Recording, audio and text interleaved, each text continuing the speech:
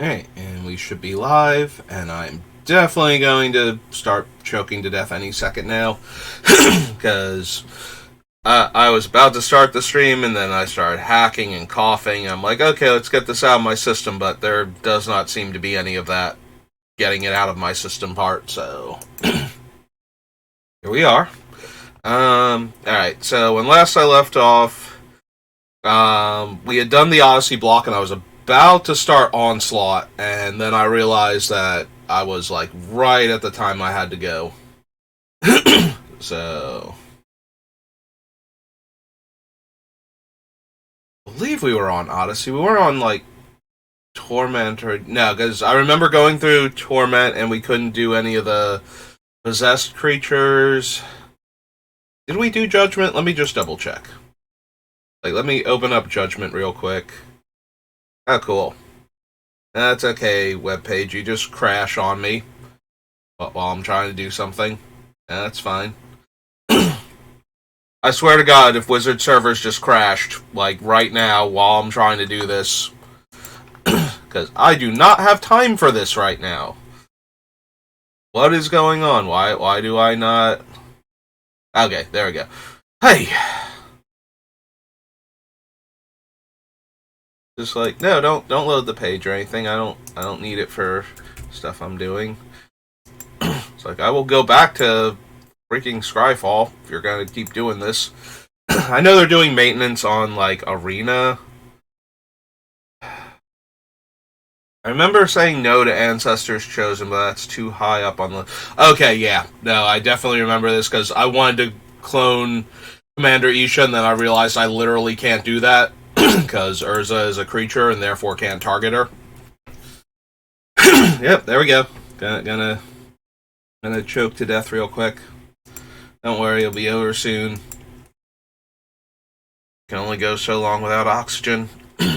So...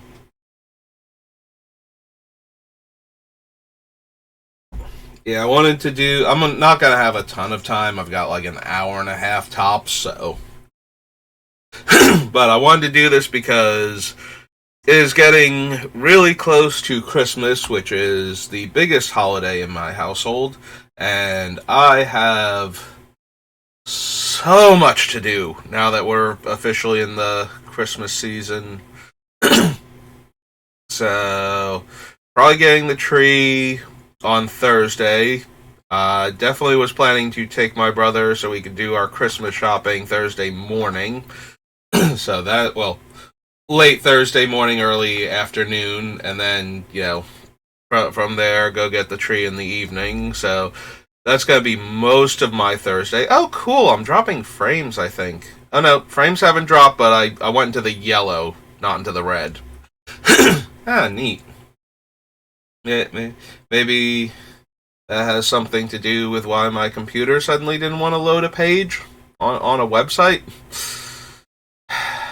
Alright, well, worry about that later. But yeah, so... And I am the one that does the tree every year, and a lot of the time that I would spend streaming is also the time I have to work on the tree, so... We don't get anywhere near as big a one as we used to, but... we still get a reasonably sized tree. It's still like, you know, I still need a step stool to get to the top of the... to, like, the top branches, so... It's still a pretty tall thing.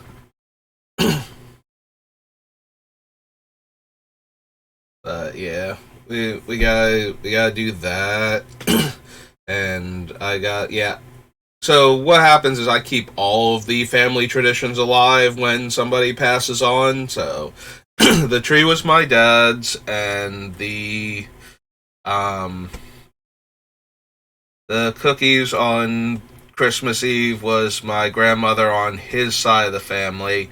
My grandfather on my mom's side is still around, but he doesn't, you know, he's lost a lot of his mobility and whatnot. So, similarly to how I took over the tree while my dad was still alive, technically, for a few years, because he just, you know, the cancer was not going to let him do the tree anymore.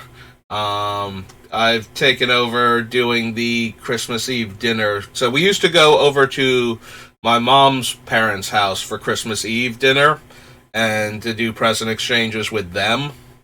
And that's why, like, my dad's mom would live with us, so she would stay home and she would bake cookies, and I would come home from the one grandmother's house back to our house to the other grandmother who had just freshly baked cookies after getting presents. So yeah, Christmas was a whole like big deal thing, and it's gotten like smaller and less every year since then. But I try and keep everything going in some form. So the tree is smaller and more manageable, but I still do the tree every year, and I bake cookies, and now I do a lasagna dinner on Christmas Eve. And if anything, God forbid, happens to any of my other family members, I will keep going in that tradition as best I can with what I have to work with. So, alright, getting back to actual Magic cards. I just wanted to warn anybody who happens to stop by my streams, because there are people that randomly stop by and watch for a little bit and then take off again, and a few people that have actually, bothered to follow the channel and show up from time to time. I am going to be streaming very erratically between now and Christmas, because I just will not have the time at all. So we don't have birds. Don't need to cycle that or that. In fact, we want to stay away from this thing. This thing seems very mean to all of our stuff. Yeah, I don't need that one. Yeah, we can't turn... So, creatures can't be attached to things, so we can't copy auras or... Well, we can copy... We can copy auras, we can turn them into artifacts, and then make 1/1 artifact creatures, but I think they die instantly because they're also auras that aren't attached to anything. I think state-based actions see that and go, that's not allowed. So, yeah, I don't think we can even make them in the first place and have them stick around. Untap target artifact or creature. We can do better than that for 2 mana. It's not like we're getting anything out of it being a wizard. Target permanent, no. Draw 3 and return it to hand. One creature type with another. I don't think there's any card that is so good with one specific creature type that isn't soldier, like, there's no reason to change Urza to make them, like, wizard tokens, or, like, we're not going to throw all the blue and white slivers in here and have them make sliver tokens. If we wanted to do that badly, we would be doing, like, a Sliver Queen deck or something. So, yeah, we're not going to... Like, there's no creature type I would want to change the soldiers to that has, like, this insane, unbeatable, like, lord for it that we would want to run in the deck in white and blue. Or white or blue. Or, like, enough synergy where if we could just, if you were just making birds instead, or, I can't even think, like, clerics or something. If we could just change it to that, everything would be amazing. It's like, no, we need... Like, the creature type does not matter enough. Only flyers. Don't need Astral Slide, because we're not going to be cycling that much. Whenever a creature deals damage to you, put a gold counter on it. Each creature with a gold counter on it is a wall in addition to its other types. Walls can attack. When Aurification leaves play, remove all gold counters from all creatures. I assume this has been errata till they have Defender. Wall in addition to its other types and has Defender.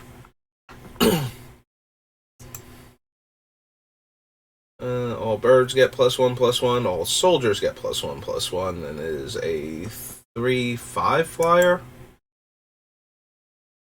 Yes. Okay. I cannot read the numbers down here against that background.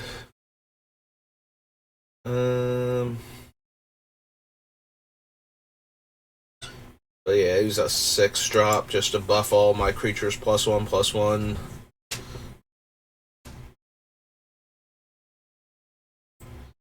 Or face down. No, no. The number of clerics. For each opponent, gain control of one of their permanents. An opponent chooses a creature type. Gain control of target creature that isn't the chosen type for... It's just one opponent gets to choose a type, right? As it enters the battlefield, an opponent chooses a creature type. Gain control of target creature that isn't the chosen type for as long as Callous Oppressor remains tapped. Still not enough.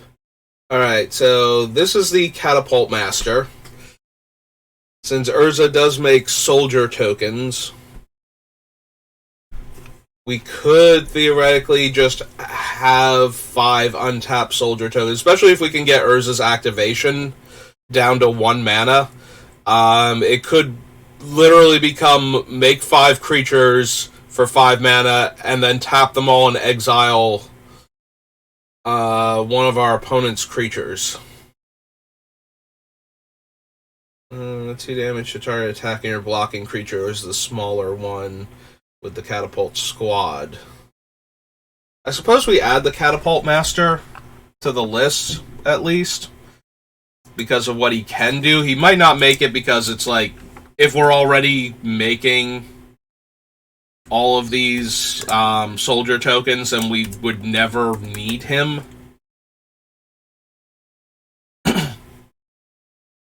But we can add him to the list at least, and then consider him later.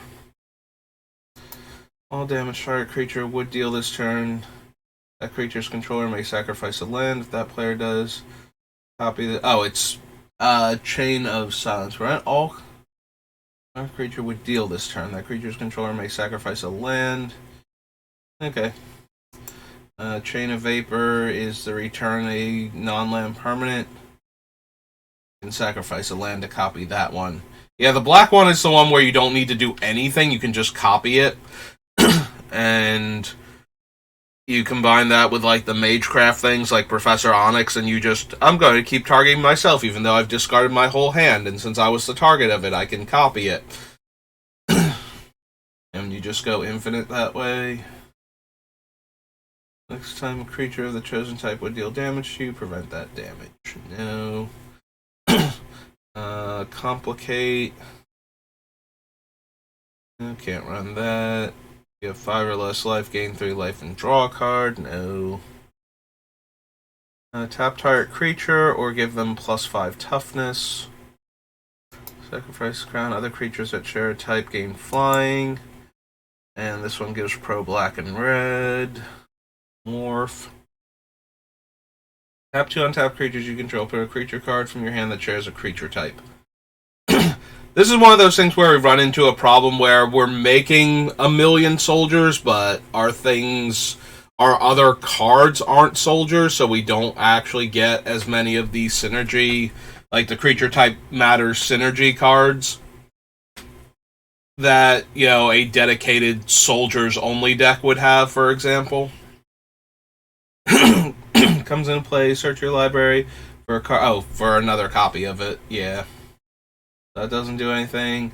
Target soldier gets +1/+1 is basically nothing. Especially for, like, white tap and activate it.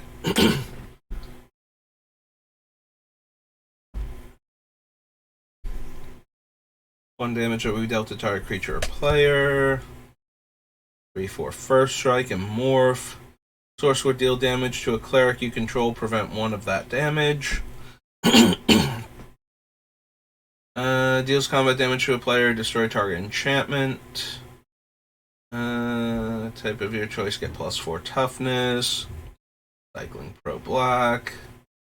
Look at the top 4 cards. Order, no. Permanent, return target permanent to owner's hand, no. Counter target spell, morph.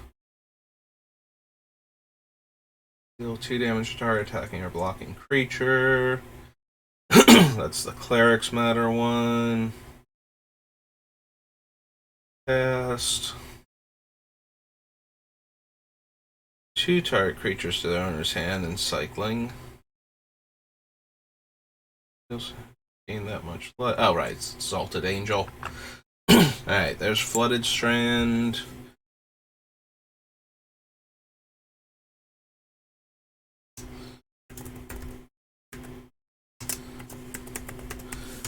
Oh, know how much I like my fetches in Commander.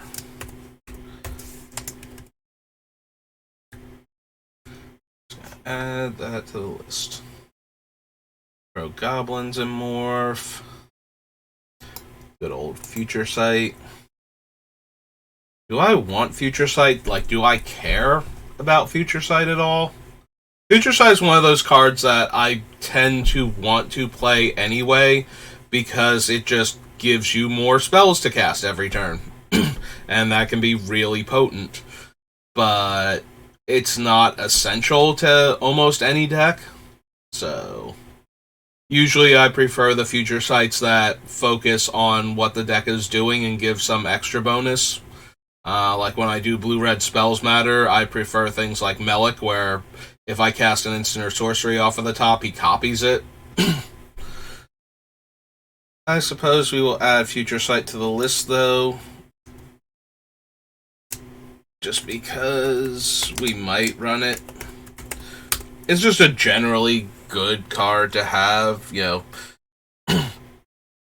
Like, I will play so many of the different Future Sight variant cards that work well with the deck that when I'm actually in blue and going to be able to produce triple blue with some amount of consistency, like I'm, you know, either heavy blue or evenly split,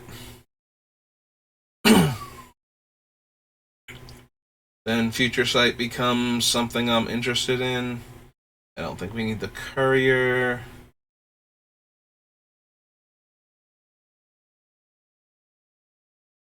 That thing buffs goblins, don't need that. For Soldier, no. 1 damage to target attacking or blocking creature. Unblockable unless defending player controls 3 or more creatures that share a creature type. Oh, the Gust Cloak creatures.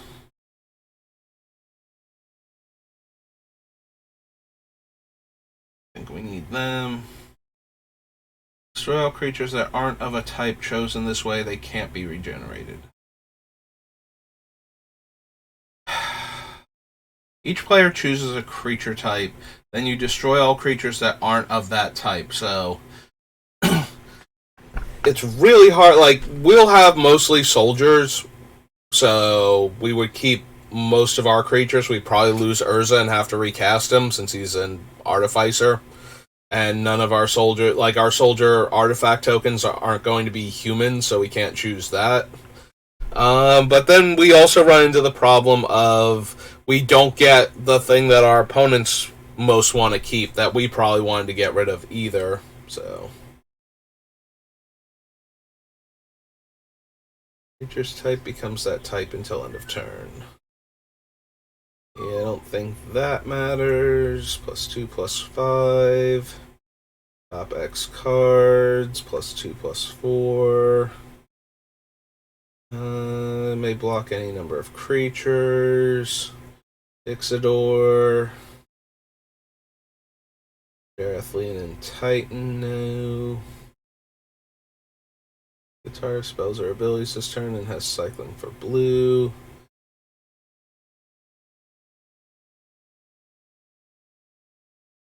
Mistform Dreamer. Mistform Mask.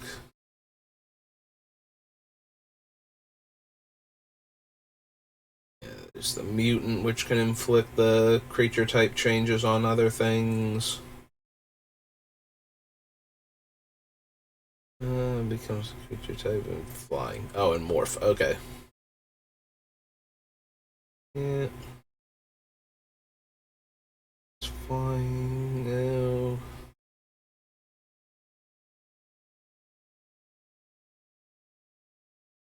Does this thing lose Defender in... Oh, has Defender as long as it's a wall. Okay, gotcha. Attacking doesn't cause soldiers to tap. 3 mana, make a 1/1 soldier.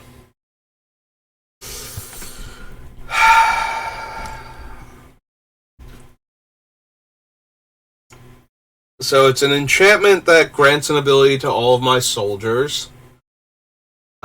Depending on like what I'm copying, if I'm copying artifacts with tap activated abilities, I could see mobilization being useful in that I could attack with them and still have their abilities up to activate. You know, if I'm cloning mana rocks or something. I don't think this is going to make the final cut of the list, but it has enough synergy right now that I'll add it, and then we'll see later on. This one cares about wizards. Destroy all enchantments. Shuffles it into their library, then draws 2 cards. Used to be a lot better when you were shuffling their commander back in.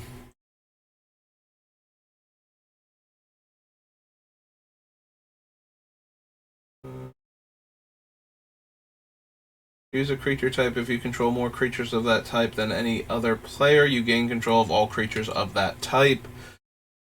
See, that would be useful if we have the other thing that turns all creatures into the type of your choice. Alright, there's Polluted Delta.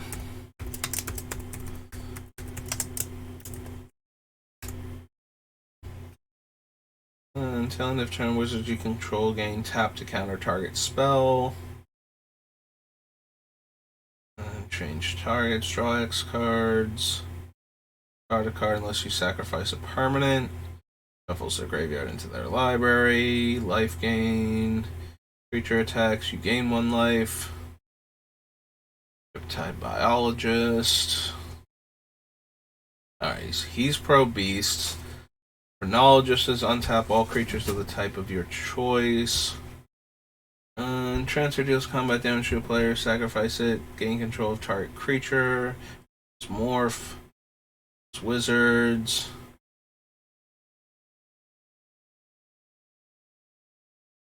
Yeah, Shapeshifter is someone that I actually like from the Riptide cards. I used to have a Momar deck, and I had a whole lot of like utility single creature type cards. Like I was not running Coiling Oracle, so that way I could tutor Mystic Snake with this thing, for example. The only Eldrazi I had was Ulamog, all that type of stuff. So I do have a fondness for Riptide Shapeshifter, especially if a lot of our creatures in the deck aren't going to share a creature type. So that way I can tutor for them with it.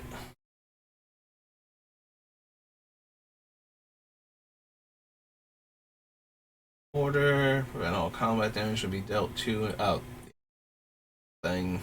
It's the gaseous form in white. That's the one that searches for more copies of itself. Turns a land into an island. There's a bird draw card. Use a creature type. Creatures of the chosen type get +1/+1. Yeah, I don't think we need to buff soldiers anymore. I think Urza's doing a good enough job of that by himself for the most part. Unless we're going to get huge buffs like from like Coat of Arms style cards or additional effects. All damage would be dealt. All damage target creature would deal this turn. Wizards you control prevent all damage target spell would deal this turn. Creatures put into your graveyard from play, you may pay white and 1, return that card to your hand. No. Will number or draw a card for each creature you control. Probably not. Look at target player's hand. Top card of that player's library. Any face-down creatures they control. Look at the top 4 cards of your library. Put them back in any order, and it costs 1 blue and is an instant. Alright, so this is standardized. You choose a creature type other than wall, since legend isn't a creature type. I think you still can't choose wall. Each creature becomes that type until end of turn.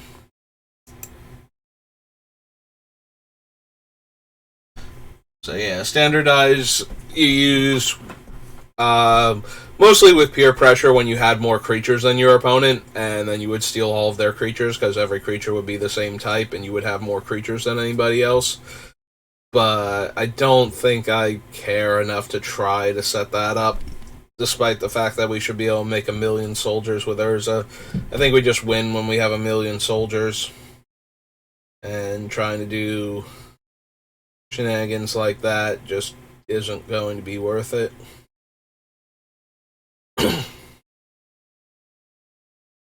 I don't think we need the Inquisitor either. Trade Secrets is banned. Tribal Golem isn't doing us any good. Also, we can't run him because he has Black Regenerate. Target creature gains flying, or target creature's type becomes the type of your choice until end of turn, or look at the top 4 cards of your library, then put them back in any order. I have Shroud with that guy. Zombie Land. Entire attacking creature from the game. Powers less than or equal the number of soldiers in play. It does have to be an attacking creature. Exile target attacking creature if its power is less than or equal the number of soldiers. Number of soldiers on the battlefield. So it does count other players' soldiers. I thought we had gotten to the point, like, by now where it wasn't affecting the opponent's things, but... or where the opponents weren't adding to the effect, but I guess we hadn't started that trend yet. I could have sworn we had started doing that by, like, Odyssey. I thought Invasion Block was like one of the last ones to have the creatures affect both players' sides.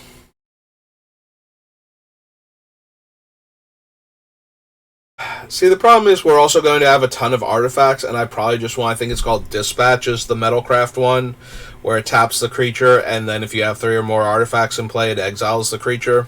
So that's going to be way easier to do than soldiers, like number of soldiers equal to the power of the attacking creature. Yeah, it just seems like too many restrictions. If it was just target creature, and we could hit anything at any time, then I might be down.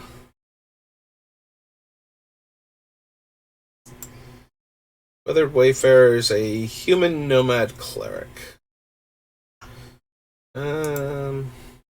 Don't think we need Weathered Wayfarer, like, as a, not quite ramp card since it puts it in your hand, but as a way to tutor lands. He is any land, though, so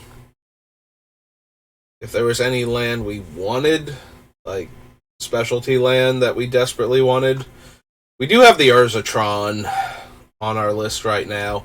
Maybe I do want Weathered Wayfarer, actually, because of that. Yeah, I was trying to think, it's like, well, what lands do we want to tutor for? Because we're not green-based ramp, so... Wayfarer. So, odds are there will be a player at the table with more lands than us at any given point in time, so... But you need lands that are worth tutoring at that point because it tutors them to your hand, not to play. So you're spending a mana and you're getting a land from your deck, but you're not ramping. You're just not missing land drops at that point. But if you're tutoring for really powerful lands because somebody has a land in excess of yours, then that's way more worth it, and I'm a lot more interested at that point in Weathered Wayfarer's effect. Alright, so there's Windswept Heath, which is our last fetch land in this set.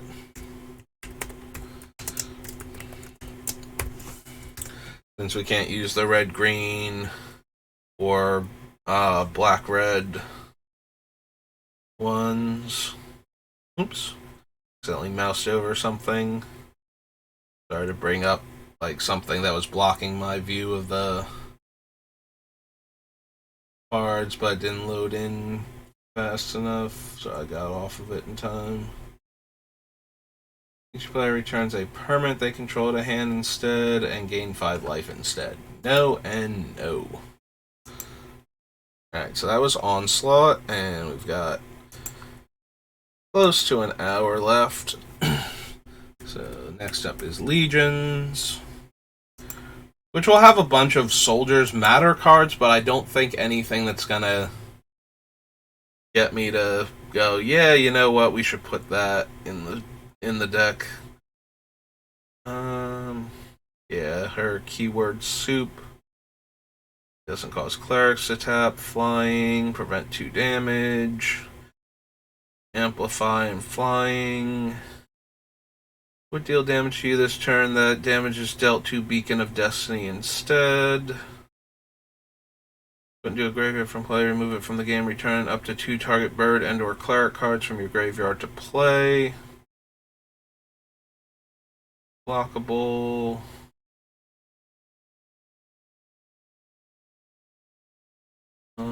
Turn face up, you may exchange it. No.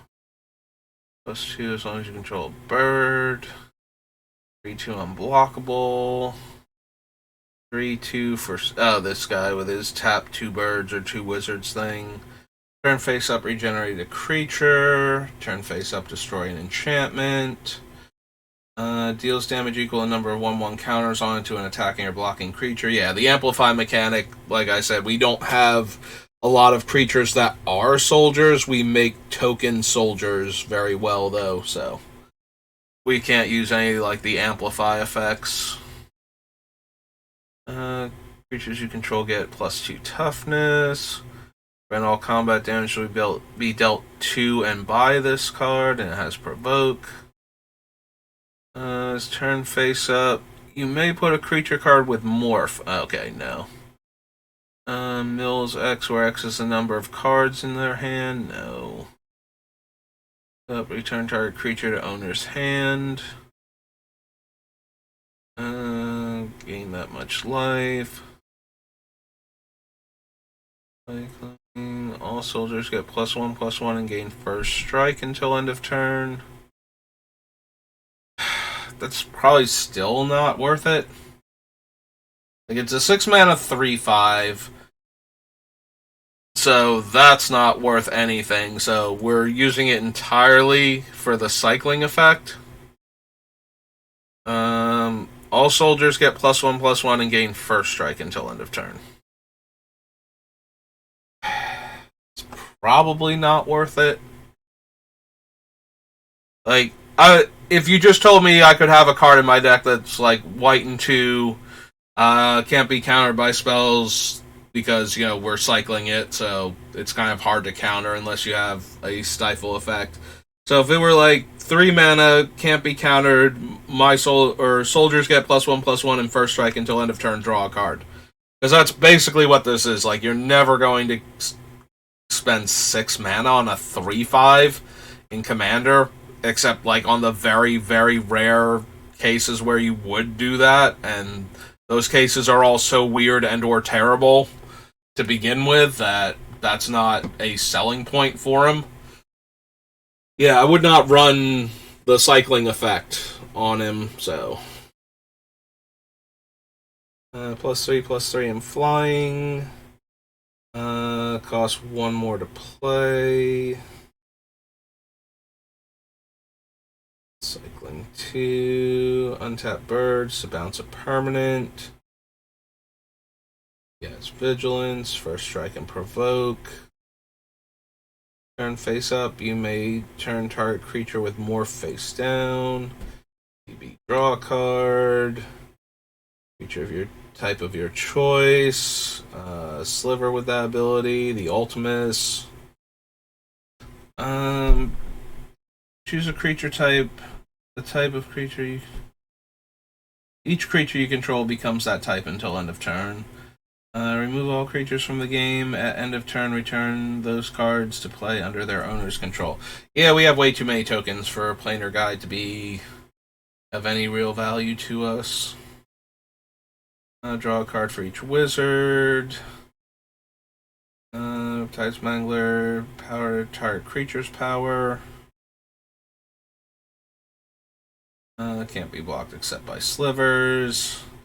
5 life. Whenever player cycles a card, champion gets +2/+2.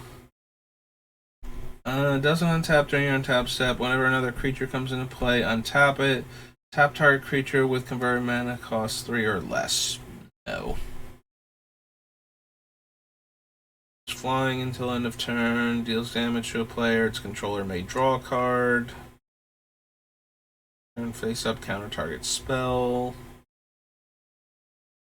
Some walls.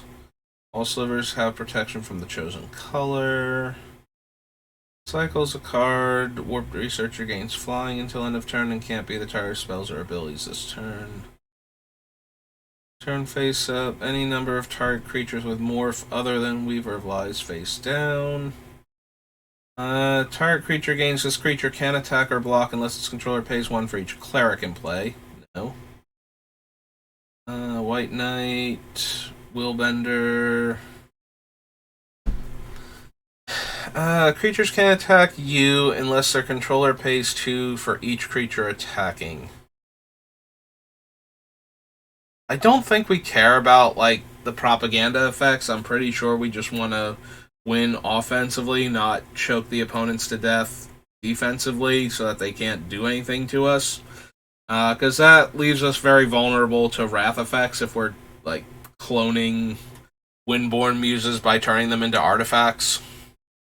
Just so that way our opponent has to pay like 12 mana to attack us with a creature. It's like, yeah, no, so since you spent your mana doing that, I'm gonna Wrath now. And get rid of all of your Windborn Muses forever. Or all of your, like, soldiers that are copies of Propaganda and Caged Hands, or Ghostly no, it's Ghostly Prison is the white Propaganda. Like the actual white Propaganda, right? Turn face up, target creature gains first strike. Nope. So that was Legions.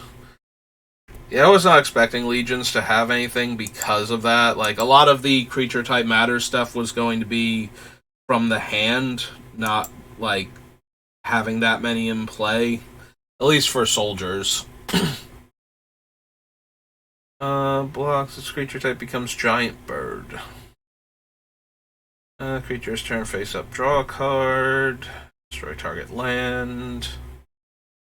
Storm. A 1/1 counter on it. Its turn face up, tap target creature. I don't know what. His turn. For some reason, I read face up as tap. Like the up as tap. Turn face up, target creature you control gains protection from the color of your choice until end of turn. That was not worth the effort. Flying in pro green. Becomes a target spell or ability, gets +2 toughness. Soldiers cost 1 less. Soldiers get +1/+2. But it's a 4-drop. Functionally 2/3 because it's not other soldiers. So with its own game text, it's a 2/3. It would be clonable then if we copied, if we turned it into an artifact and started copying it with Urza, but that's still only giving our entire army an extra +1 power. Like, if you were closer to the zombie lord that's like +2/+1, like, this is literally a holy strength effect for all of your soldiers, and the zombie one, I think, is an unholy strength. And the fact that we're only getting 1 power out of each copy across the board instead of the 2 power just kind of really diminishes the effectiveness. It is nice, though, that our creatures are soldiers, so it is still buffing them. I don't know. We can add him to the list, but I don't think he's going to make the final cut. I don't think that the extra toughness on him is good enough. Apparently War Chief is not a real word as far as my spell checker is concerned. Like, it's a 4-mana 2/3 that gives all of our soldiers +1/+2. So most lords give +1/+1 and another effect. And it's usually the other effect that is like, well, that's why we run this one over that one. His extra effect is 1 more toughness. And I don't know that that's actually good enough. And that soldiers cost 1 less, but again, we don't have soldier spells. We have soldiers in play. So that's not going to do what we need it to do. Until Day of the Dragons turns all of our things into 5/5 dragon tokens.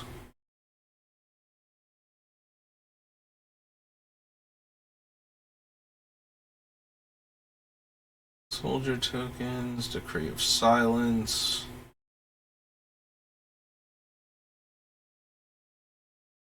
Dimensional Breach, I know we don't want because it exiles everything. And target spell, if it's convert mana cost, do the highest one on your side. These are all high casting cost creatures matter. I guess it is worth noting that if we, like, let's say we have a Darksteel Forge in play and we make the token copy of it. Since the token is copying a permanent, the mana value is a copyable thing for the token. So we would be putting a 9-drop into play and triggering these things if we really wanted to. That being said, +1/+2 in Vigilance and gains flying are not exactly the things that I desperately need.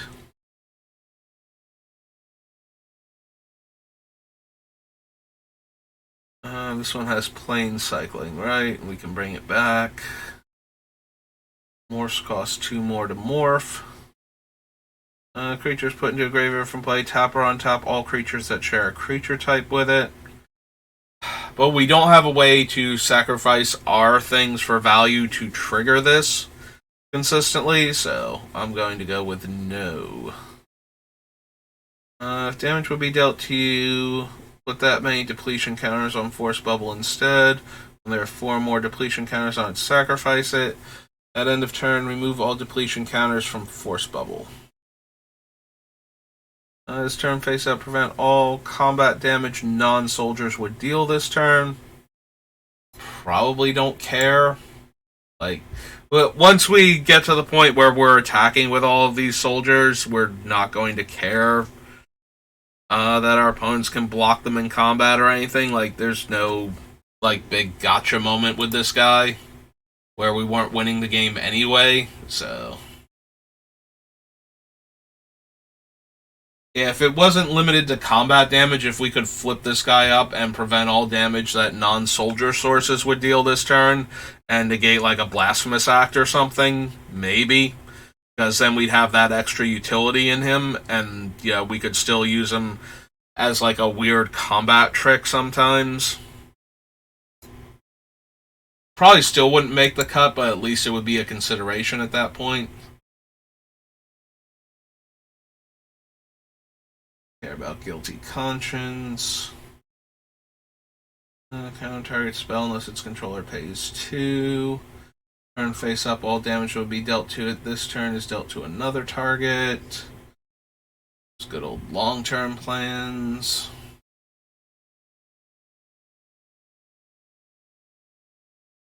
I suppose we add long-term plans and then I decide if I don't need it type of thing. Like most tutors. Like, you add it to the list, and then later on you go, okay, but seriously, how often are we going to use this thing? Because I'm running my fetches and my Sensei's Divining Top combo that I put in basically every commander deck that I build, unless I can come up with a reason not to. So, being able to put it third from the top means that we can activate top, make it, the top card now, and then draw it if we really needed to. So it's at least worth considering long-term plans for that, if nothing else. Combat damage to a creature. Tap that creature. It doesn't untap during its controller's untap step.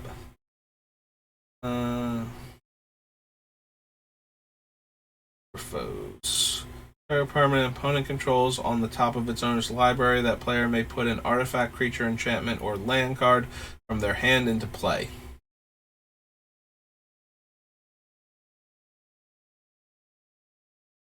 Put target permanent and opponent controls on top of their library.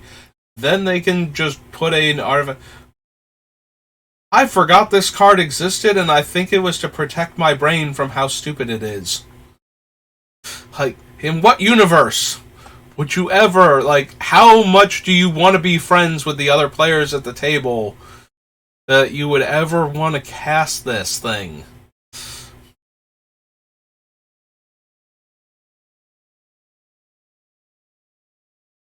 Yeah, you know when you cast this spell, when you and your friend both go to the commander event together and sign up in the same pod, and then technically you're each other's opponent, but you wanna be the two last players standing, fighting for whatever the prize is.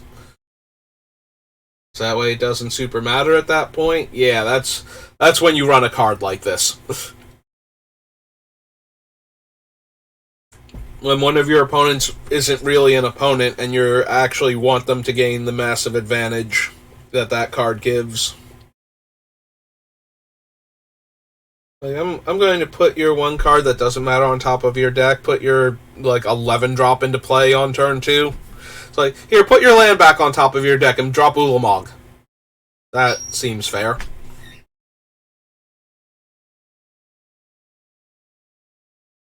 Copy target instant or sorcery spell. You may choose new targets.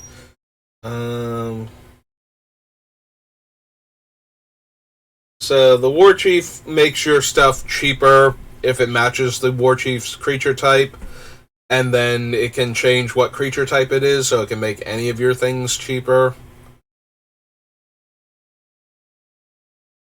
I don't think we actually care that much about the decrease in casting costs. Like, I'd rather just have the appropriate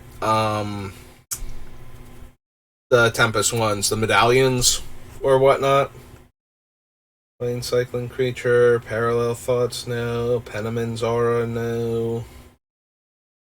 Courteous machine, 1 damage to each attacking creature, no.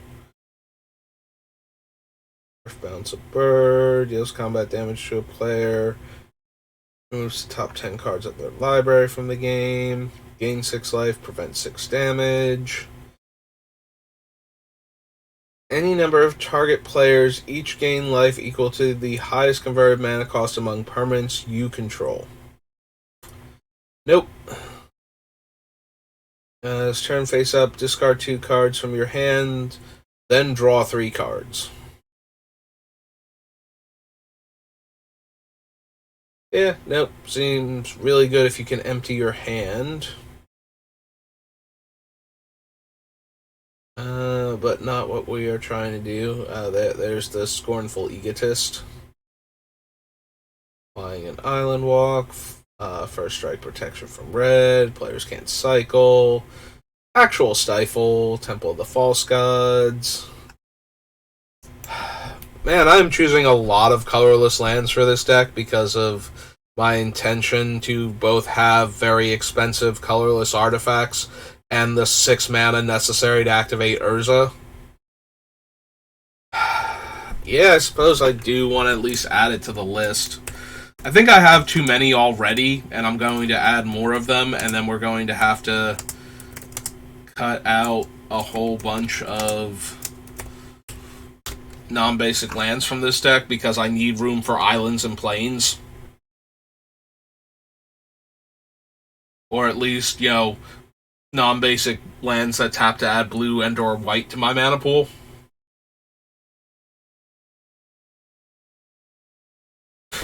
Excuse me. Trap counter, sacrifice a land with a trap counter, deal 3 damage. No. Target player sacrifices an attacking creature in Storm. Move an enchantment from the game and cycles for 3. And the next 1 damage will be dealt to Inquisitor. This turn is dealt to another creature instead. Alright, so quarter to 1. That was Scourge. Scourge, so Mirrodin? Mirrodin. This is where I start to get a little fuzzy on when sets came out.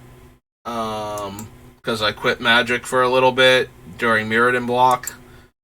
And then, like, I think we just went, like, Mirrodin into Kamigawa into Ravnica, and I kind of came back halfway through. So I quit for, like, a year, basically. Like, I quit, like, towards the beginning of Mirrodin, and then I came back, like, towards the middle/end of Kamigawa.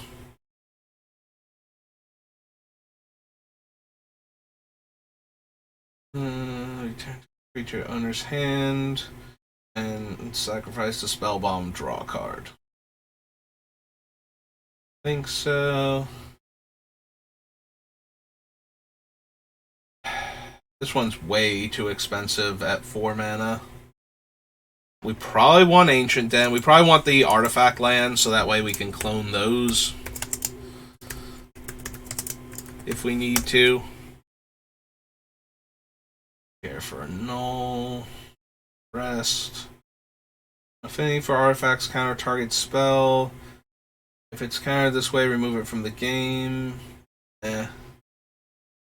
Honestly, I would rather run Dissipate than try and get 5 artifacts into play to make this, like, Dissipate at counterspell mana cost. +X until end of turn, where X is its power. Interestingly, it is a soldier, so if we ran Coat of Arms, that +X could be huge, but I don't think it's going to be worth it. Equip cost, you pay, cost 1 less. As long as it's equipped, soldiers and knights you control get +1/+1. Yeah, no. Next time target creature would deal damage this turn. Prevent that damage. You gain life equal to the damage prevented. Tap 2 creatures. Creatures don't untap during target player's next untap step. Pre-combat main phase, if Blinkmoth Urn is untapped, that player adds 1 to their mana pool for each artifact they control. Now that's a weird one I could actually see doing something with, because we're going to have so many artifacts. Also, if the other copies of it are creatures, then we can attack with them, potentially, and that would cause them to be tapped until our next turn when they untap, and then we go to our pre-combat main phase, and then we would get all the colorless, and we'd be able to make, like, more tokens, and then we can attack with them again. So we might not even have to give the opponents any mana, except for the, like, normal one, like the non-creature one. I can't run Bosch. Don't care enough about Broodstar. Cathodian, no. Chromatic Star, no. Probably have too many colorless sources for Chrome Mox. Like, too many colorless cards in our deck. 2 counters on it. Remove a counter. 3 counters. The 7-drop, it has 6 counters. 3 to add more. 4 counters and trample, yeah. None of those are really inspiring me to want to jam them in our deck. Blue, return target creature at owner's hand unless its controller pays 1. Lowest converted mana cost among non-land permanents in play. Artifacts and creatures can't be played unless they're mana abilities.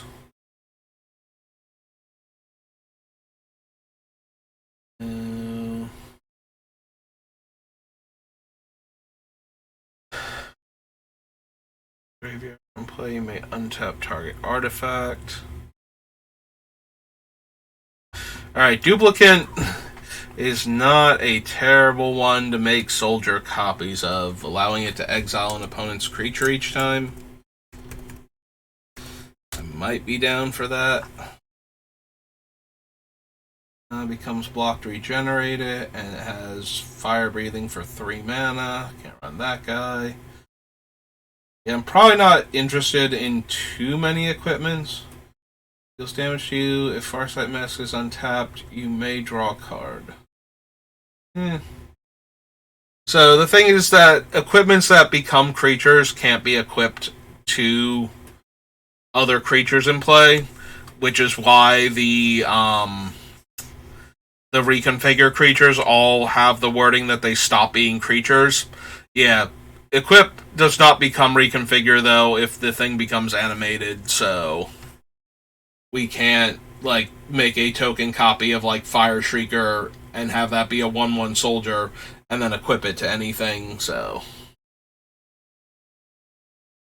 yeah, Galvanic Key is too much to activate, so I don't think we need that.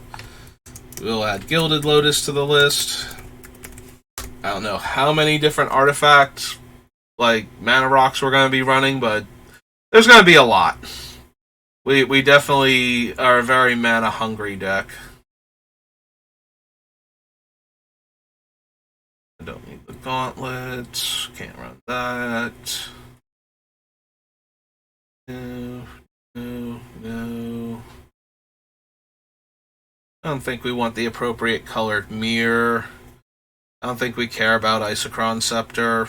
Like, we can do stuff with the Scepter, but I think I have enough other things going on where I don't need. Like, we're not going to bother with the Dramatic Reversal Isochron Scepter thing, even though we have tons of artifact mana sources in the deck. Alright, I might be down for a lean in Anubis, though. Abunus, not Anubis. He is not a Lion Jackal hybrid.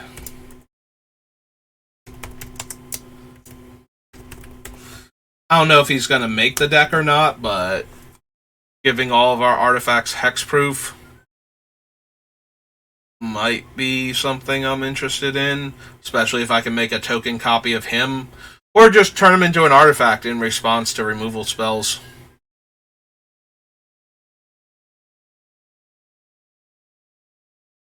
That. I do think I need some more water, though.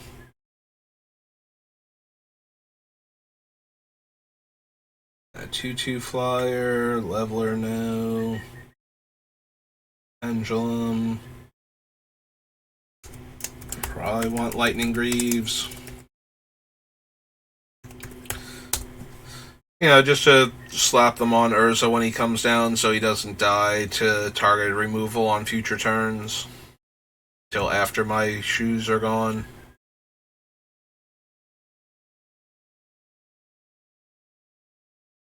Artifact. +2/+2 for each equipment attached to it. Warhammer. Draws a card, then discards a card. If that player discards an artifact card, it may untap this. Comes in play under your control, you may tap target permanent. No. Like, yes, but no. Like, I don't need that, I don't think. Each non-creature artifact is an artifact creature with power and toughness equal to its converted mana cost. You know, hilarious, but probably unnecessary, since most of my things that... Since I can turn most of my things into creatures anyway, while still having the non-creature version there that would live through a Wrath effect, I don't think I need to animate those as well and have them die when opponents do mean things to me. But there we go. There's a card that will make us all the friends at the table. Let's spend 6 mana to make a Mindslaver artifact creature token at instant speed. And then untap and, you know, have it be activatable and we can pay for... Let's do that. That seems like something that'll make the rest of the table go, oh yeah, no, I'm glad I decided to play Magic the Gathering with you today.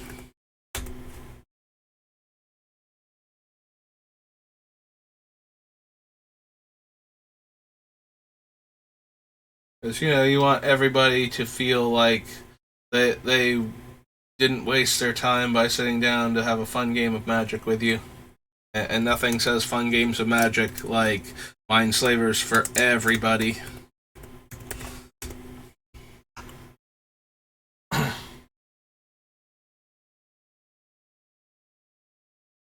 Great. Now there's a part of me that if we actually do the Mindslaver thing, I want the token soldiers that represent to be the brain slugs from Futurama. Not the Hypnotoad. That's a completely different mind control monster from Futurama. I want it to be the brain slugs.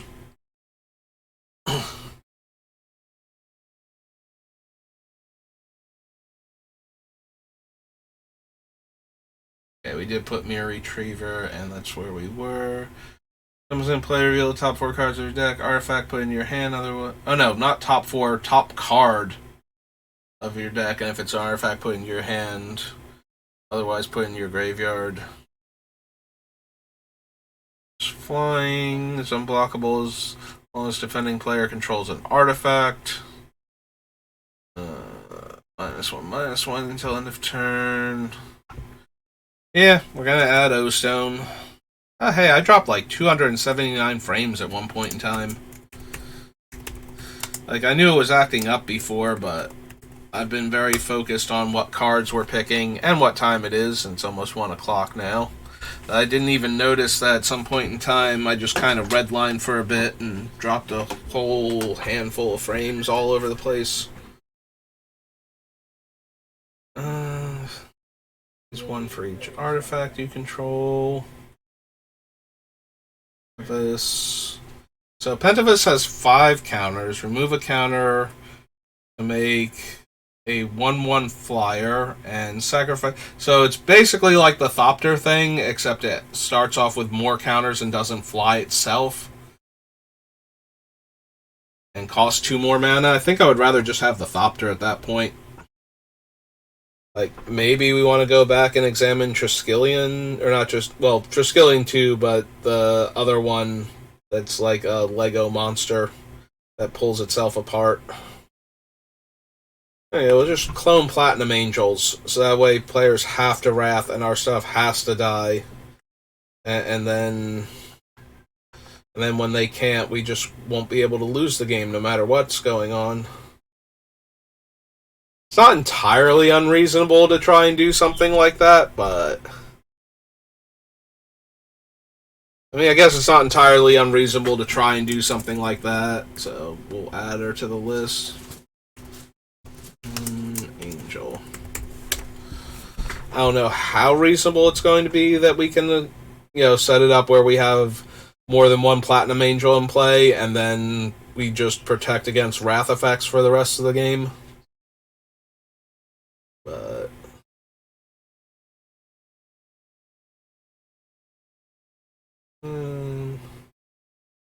gains all activated abilities of target creature until end of turn.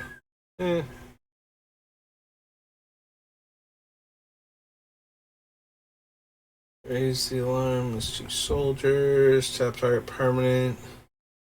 Wait, where did I get tap target permanent? Target permanent you control gains protection from artifacts until end of turn. Where did I get tap from? I just inserted an entire word in front of target that wasn't there. Turn target permanent to owner's hand.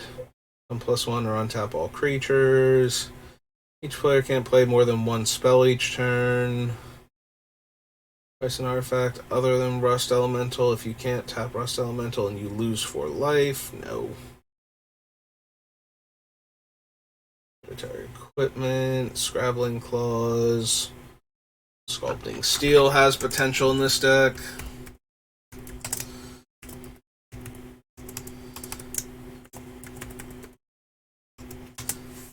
I don't know how much potential. Like, we can already clone things with Urza. I might wind up cutting clone effects, but we also want to clone our artifacts, and this thing only costs 3 mana to do it, whereas Urza is 6 normally.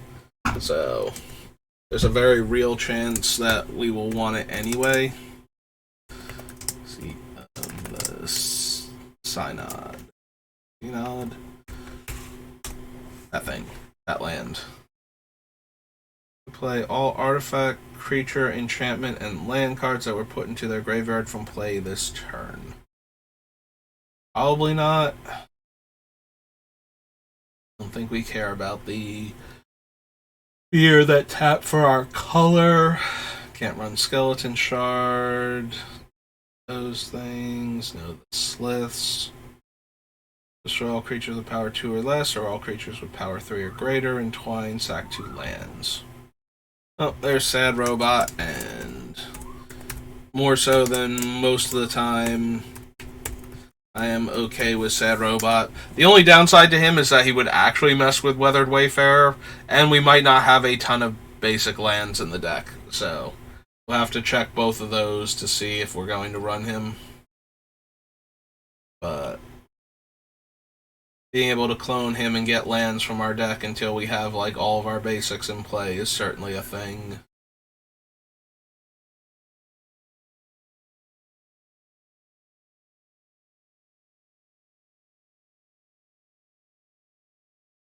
No. Dealt damage, put that in the beginning of your upkeep. You may remove a charge counter if you do gain 1 life.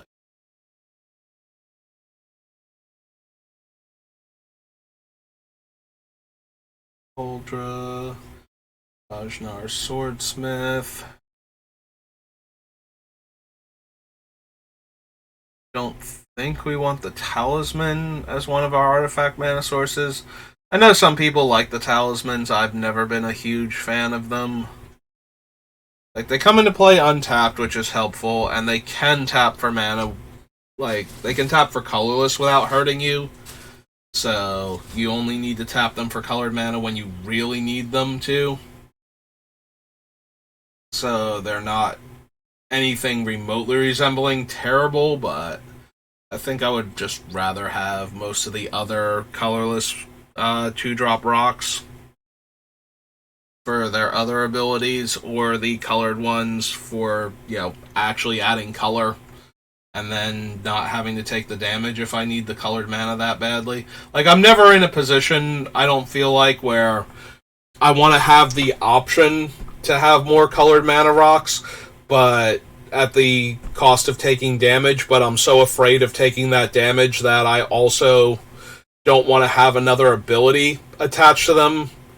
Like, if I'm going to use them for colorless mana, it's like, I would rather have a Mind Stone than an on-color, on 2-color Talisman in my deck.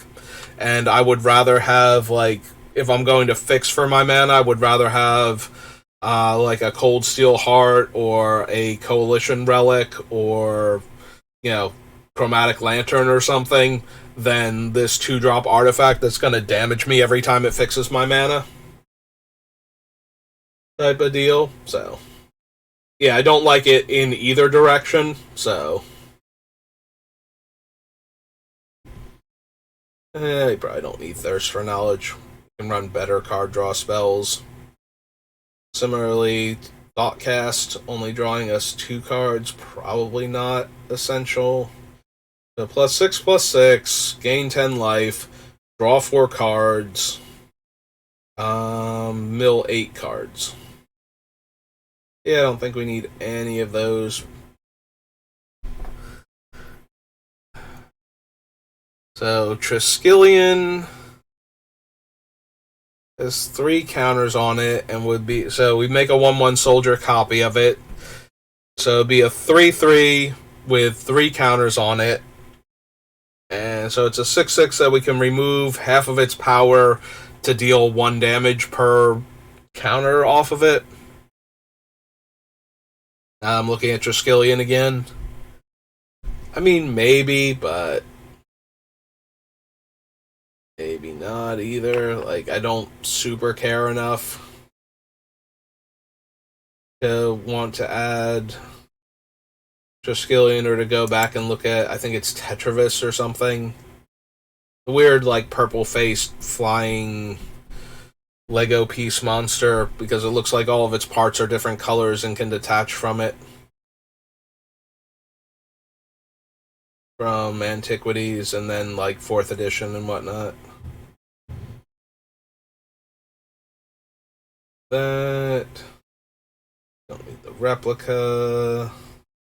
I don't need the welding jar either, and Yoshin Soldier reprint. Okay, it's currently 108, so we should have enough time to do Darksteel, maybe 5th Dawn if we were fast enough, but I don't think I'm going to be, if I'm being honest.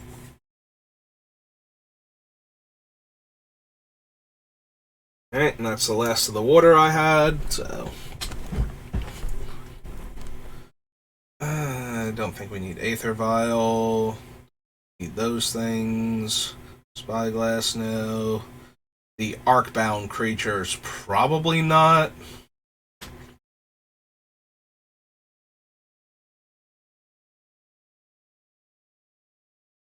Like, if it was going to be any of them, it would be Ravager, and I don't think we need Ravager in this deck.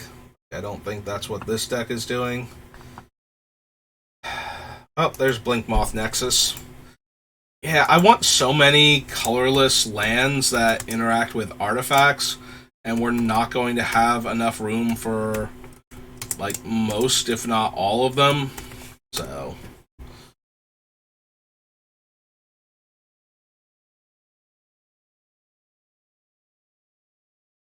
no.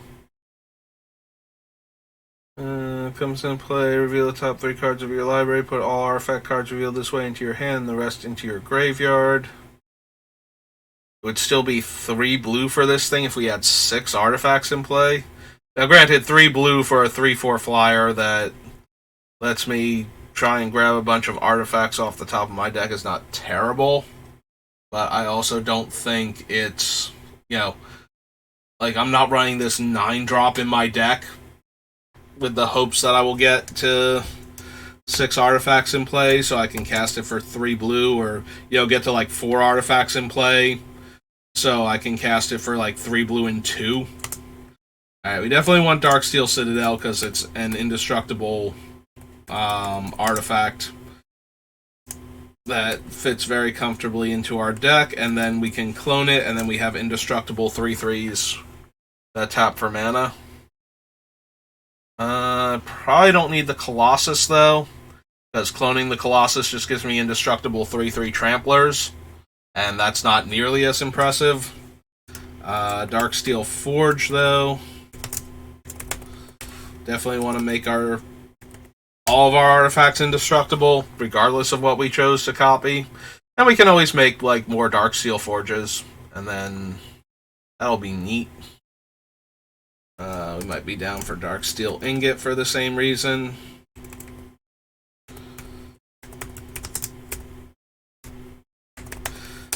Like, Darksteel Ingot and Skyclave Relic. Obviously, we'll run the Relic over the Ingot.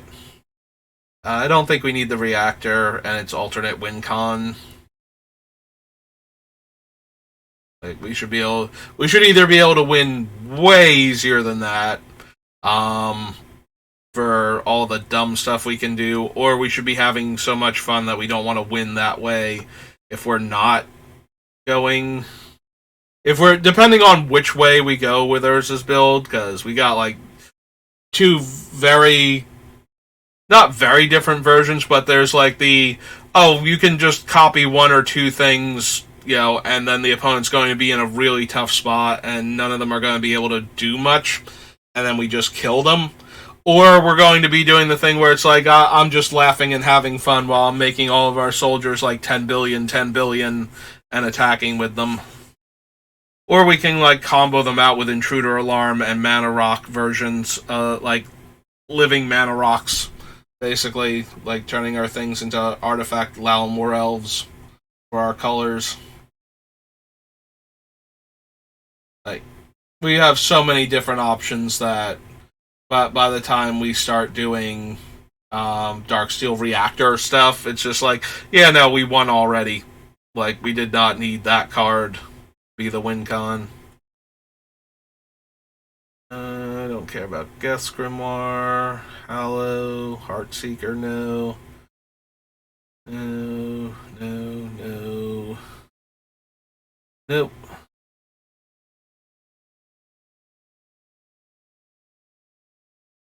No. Yeah, definitely don't want multiples of that thing running around. Top X cards, or X is the number of artifacts you have. Yeah, don't need that. Flying, no. Memnarch. becomes an artifact in addition to its other types. This effect doesn't end at end of turn. And gain control of target artifact. I mean, he does have the ability to turn stuff into artifacts, so that in addition to his ability to steal, we can also clone them more readily and do other stuff. I guess he's making the list, even though Memnarch's kind of, Memnarch's almost a meme to me. Like, he's one of those, when Commander was first starting out, it's like, oh yeah, if you're going to build a mono blue deck, it's like him or a zombie. Tap all artifacts. No. Everything is an artifact. Maybe? Like, legit maybe with Mycosynth Lattice?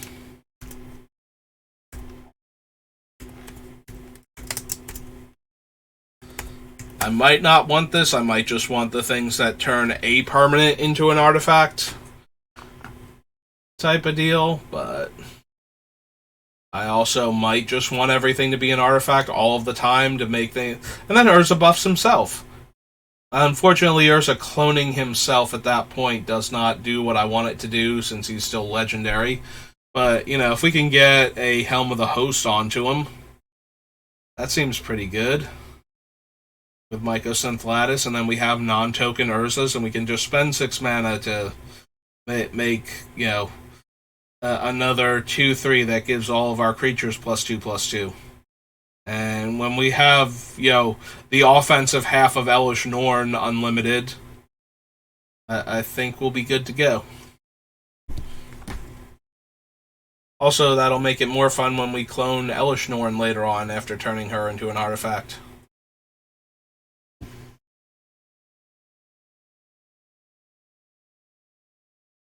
Alright, so Mirror Land Shaper can do that trick specifically to a land, and I don't know that I necessarily want that.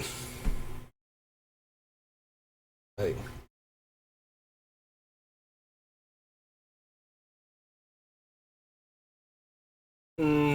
Probably not. I think I'd rather just have liquid metal coating and whatnot, like those type of effects, than something like the Land Shaper that can only target lands. Although the liquid metal torque can't target lands, specifically to stop you from doing some of the things that liquid metal coating used to let you do, where you would turn your opponent's lands into artifacts and then stone rain them with cheap artifact destruction.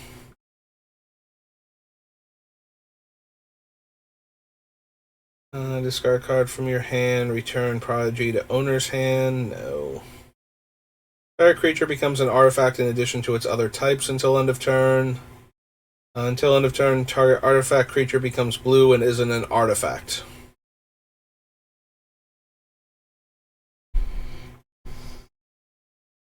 Again, I don't think I need to turn artifact creature. Like, I don't need to turn specifically creatures into artifacts, although that is my preferred type. I would rather have, if I could only target one permanent type, it would probably be creatures to turn them into artifacts, but I would much rather have the ability to turn other permanent types into artifacts, especially things like enchantments, so we can copy the training ground.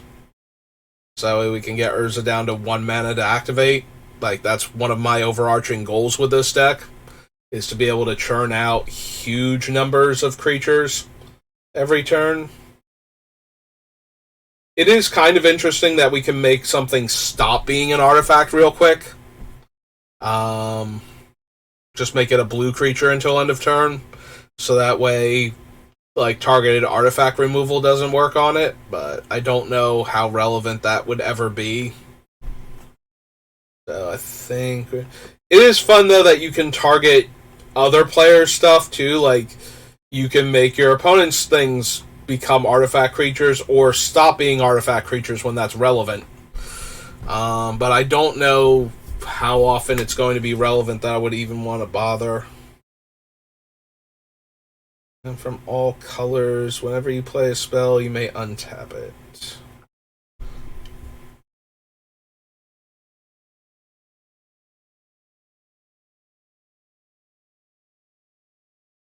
Place Pterodon, regenerate target artifact. No. Need the pulses. Move target artifact creature or no, I'm sorry, not remove, just destroy target artifact creature or black creature. It can't be regenerated. Yeah, I would rather just have a, our typical swords path, maybe dispatch, over being able to turn our opponent's stuff into artifacts and kill it that way. Even though I am planning on being able to do that. As an additional cost to play, reshape, sacrifice an artifact, search your library for an artifact card with converted mana cost X or less and put it into play. Oh, right. So you have to pay the X and sacrifice an artifact.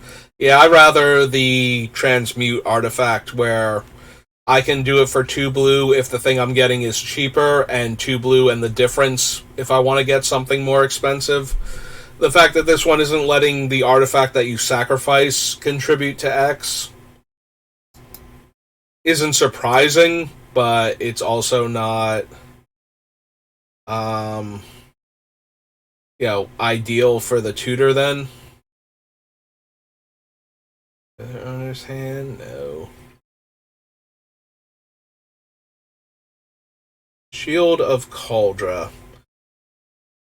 I probably just want Darksteel Plate if I want Shield of Cauldra.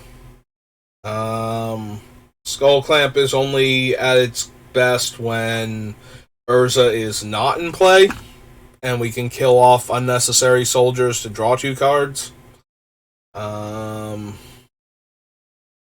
I want Soul Scour? Destroy all non-artifact permanents. There's also a there's a card from one of the commander sets that's very similar in its wording,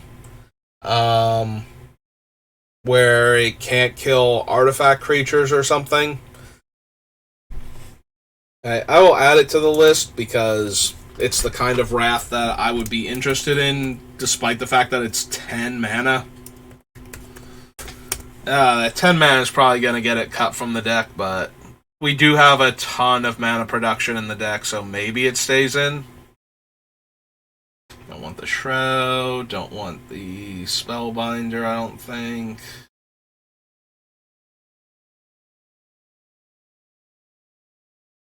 That thing.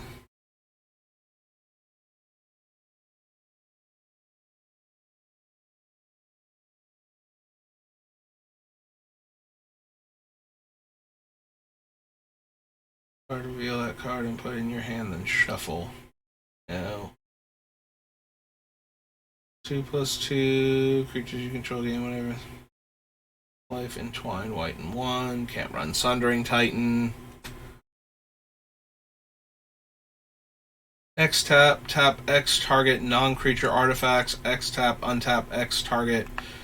Untap X target non-creature artifacts. Yeah, probably not.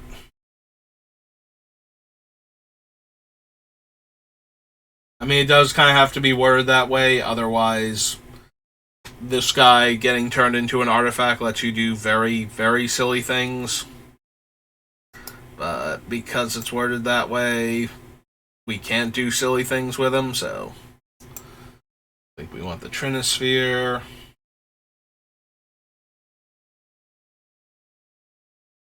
Add 2 mana of any one color to your mana pool, only to play artifact spells or activated abilities of artifacts. Yeah, now I'll take a mana dork that taps for 2 mana in this deck.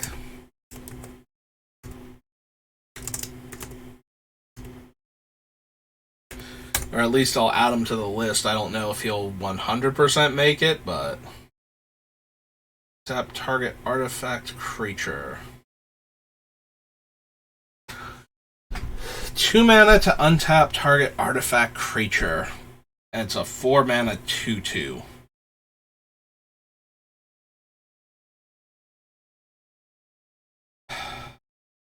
Like, it goes infinite immediately with an animated version of Thran Dynamo, or... Yeah, no, this thing goes infinite with almost any of our multi-mana producing cards.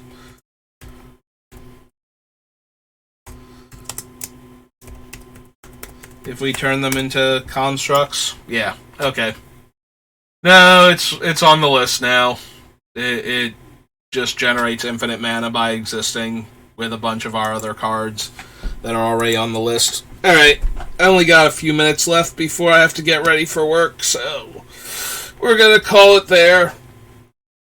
Also, I'm out of water, and I am absolutely parched. Like, all the coughing before just tore my throat up a bit, and I want to go get another drink of water. So that's going to do it for me today. Thank you for watching. Like I said, I'm going to be having a lot more trouble getting consistent streams up until after Christmas. But I will stream when I can. This might mean weird hours or like shorter streams or anything really. So that's going to do it for me today, though. I will see you next time, and thanks for watching. Have a good rest of your day.